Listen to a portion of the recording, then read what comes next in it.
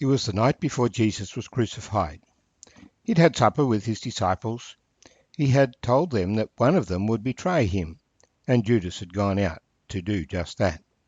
As they had gone across to the Mount of Olives and the Garden of Gethsemane, Jesus had warned his disciples that they would all be scattered, that they would all desert him that night, and the disciples protested no. Jesus then became very deeply troubled and distressed, and so he turned to his Father in prayer and asked Peter, James and John to sit with him and watch with him, and then again, watch and pray lest you enter into temptation. The spirit indeed is willing, but the flesh is weak. Indeed it was, for they went to sleep, for their eyes were heavy. Jesus besought the Lord 3 times, O Father, if this cup cannot pass away from me unless I drink it, your will be done, as he submitted himself to all that lay ahead of him. And then he went and woke his disciples. Are you still sleeping and resting? Behold, the hour is at hand. The Son of Man is being betrayed into the hands of sinners. Arise, let us be going. See, my betrayer is at hand. And while he was still speaking, behold, Judas, one of the 12, with a great multitude, with swords and clubs, came from the chief priests and elders of the people. Now his betrayer had given a sign, saying, Whomever I kiss, he is the one. Seize him. Immediately he went up to Jesus and said, Greetings, Rabbi, and kissed him.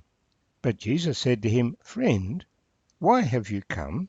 Then they came and laid hands on Jesus and took him.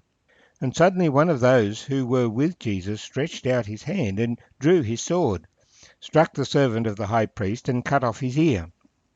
But Jesus said to him, Put your sword in its place, for all who take the sword will perish by the sword. Or do you think that I cannot now pray to my Father, and he will provide me with more than 12 legions of angels? How then could the Scriptures be fulfilled that it must happen thus? In that hour Jesus said to the multitudes, Have you come out as against a robber, with swords and clubs to take me? I sat daily with you teaching in the temple, and you did not seize me. But all this was done that the Scriptures of the prophets might be fulfilled. Then all the disciples forsook him and fled, and those who had laid hold of Jesus led him away to Caiaphas, the high priest, where the scribes and the elders were assembled. My name's Arthur. Thank you for joining me as we share together from Matthew chapter 26, verses 47 to 56, the arrest of Jesus. This is a most remarkable scene that we have. Jesus, who had spent the days in the temple, and the authorities had been unwilling to arrest him there because they feared the multitude. They had agreed to Judas' scheme to arrest him in the middle of the night while everyone was asleep. They came with a great multitude, with swords and clubs. They come ready for a fight. They expect Jesus will resist being arrested, taking a natural line of thinking. Although it was a bright moonlight night, they were in amongst the trees in the garden. With the bright contrast of the shade from the moon, it can be a little bit difficult to discern one person from another. And so Judas has established a sign, Whomever I kiss, he is the one, seize him. Judas would easily recognize Jesus among the others. He would go up to the group, and as he got close, he would see which one was Jesus and give him a greeting. And that he does. Greetings, Rabbi, being very respectful, and kissing him. And Jesus responds in a very respectful way as well. Even though he knows he is there to betray him, he doesn't slap him down. He doesn't run away. He says, Friend, why have you come? He challenges what Judas' motivation is. Well, Judas doesn't respond to that, but the multitude know which one is Jesus, and they lay hands on him and arrest him. The disciples had 2 swords with them. and one of them was in the hand of Peter. He sought to remain true to Jesus by attacking those who would attack his Lord, drawing his sword and striking the servant of the high priest, cutting off his ear.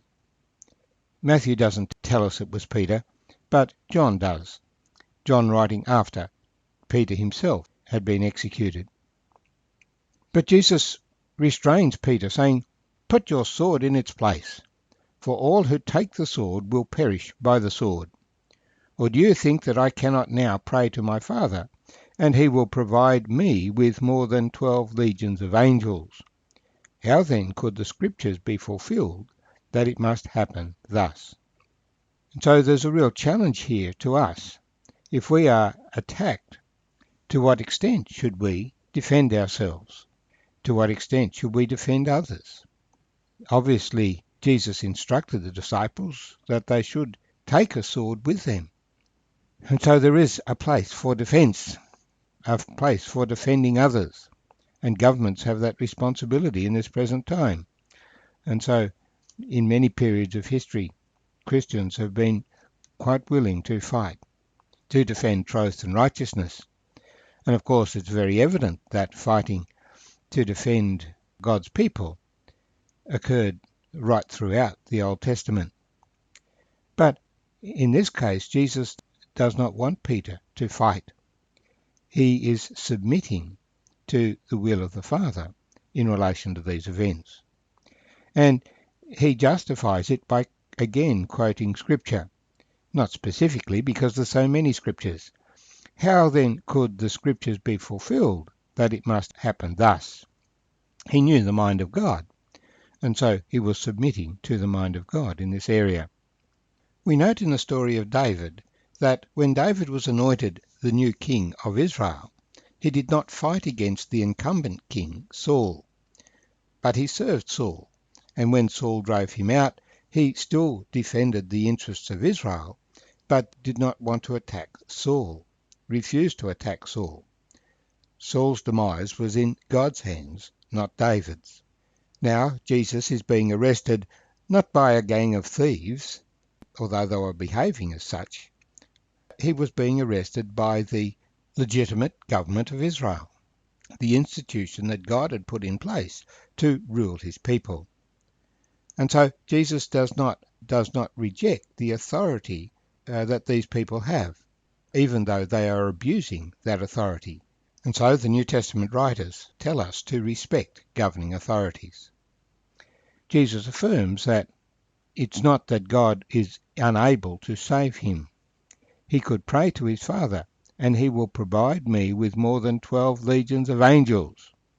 So 12 legions of angels would easily outnumber that large crowd that came to arrest Jesus. But such heavenly intervention was not in the plan that was written down in Scriptures. And so Jesus had already prayed, if it is possible, let this cup pass from me. But he had resolved to do the Father's will. And so he tells Peter to put his sword away, and he heals the high priest's servant. But he challenges his arresters. Have you come out as against a robber, with swords and clubs to take me? But I sat daily with you teaching in the temple, and you did not seize me. They are being unrighteous. They are not being honest. Had they had an honest claim against Jesus, they would have arrested him in the daylight and made their case publicly. But no, they come in the middle of the night, in the darkness, in secrecy. But again he refers to the Scriptures. But all this was done, that the Scriptures of the prophets might be fulfilled. Again, it was God's plan. God had a time for Jesus to teach, and now the time had come for him to die for the sins of the world. But the disciples couldn't get their head around all this at that moment. Waking up from sleep to find Jesus is arrested, all they could do was flee. When we are betrayed, let us commit our way to the will of God, and not just take matters in our own hand to justify ourselves.